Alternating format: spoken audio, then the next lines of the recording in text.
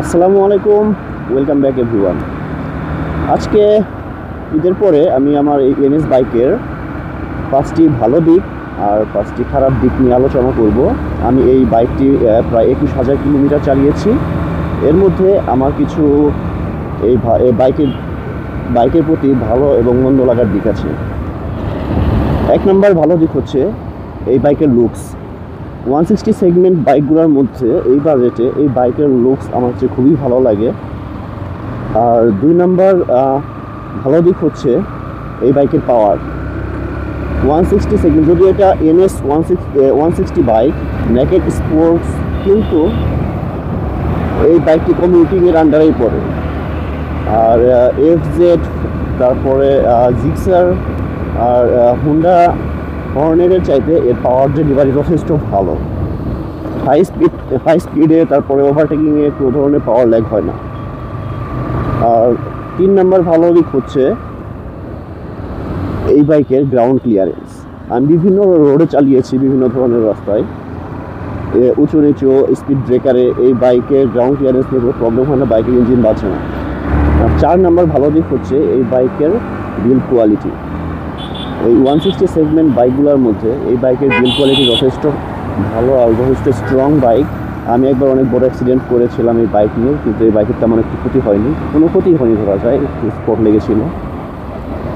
আর 5 number ভালো দিক হচ্ছে এই বাইকের হাইট।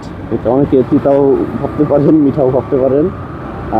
যাদের হাইট বেশি, 5 ফিট 7 থেকে 8-এর উপরে, তাদের জন্য এই বাইকটি বেস্ট। আর এই বাইকটি তাদের জন্য বেশ মানানসই হবে, তাদের হাইটের জন্য বেশ মানানসই হবে এই বাইক। এখন আসি খারাপ দিকে।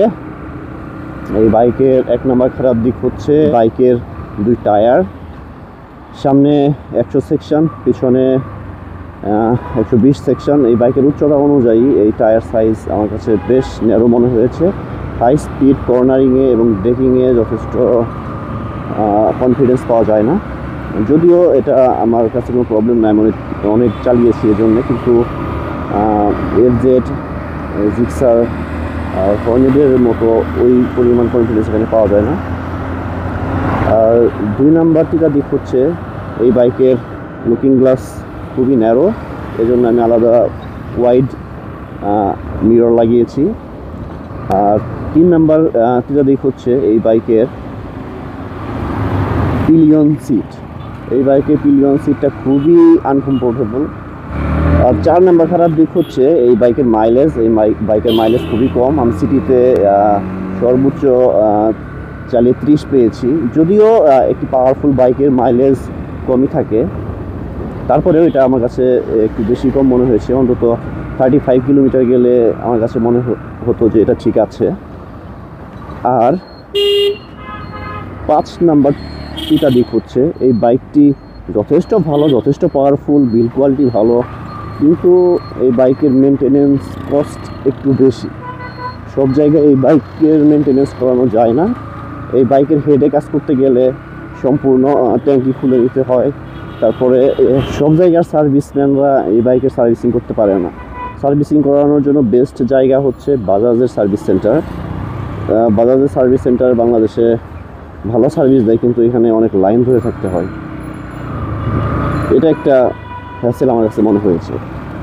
সবাই ভালো থাকবেন, আবার দেখা হবে নেক্সট কোনো ভিডিওতে।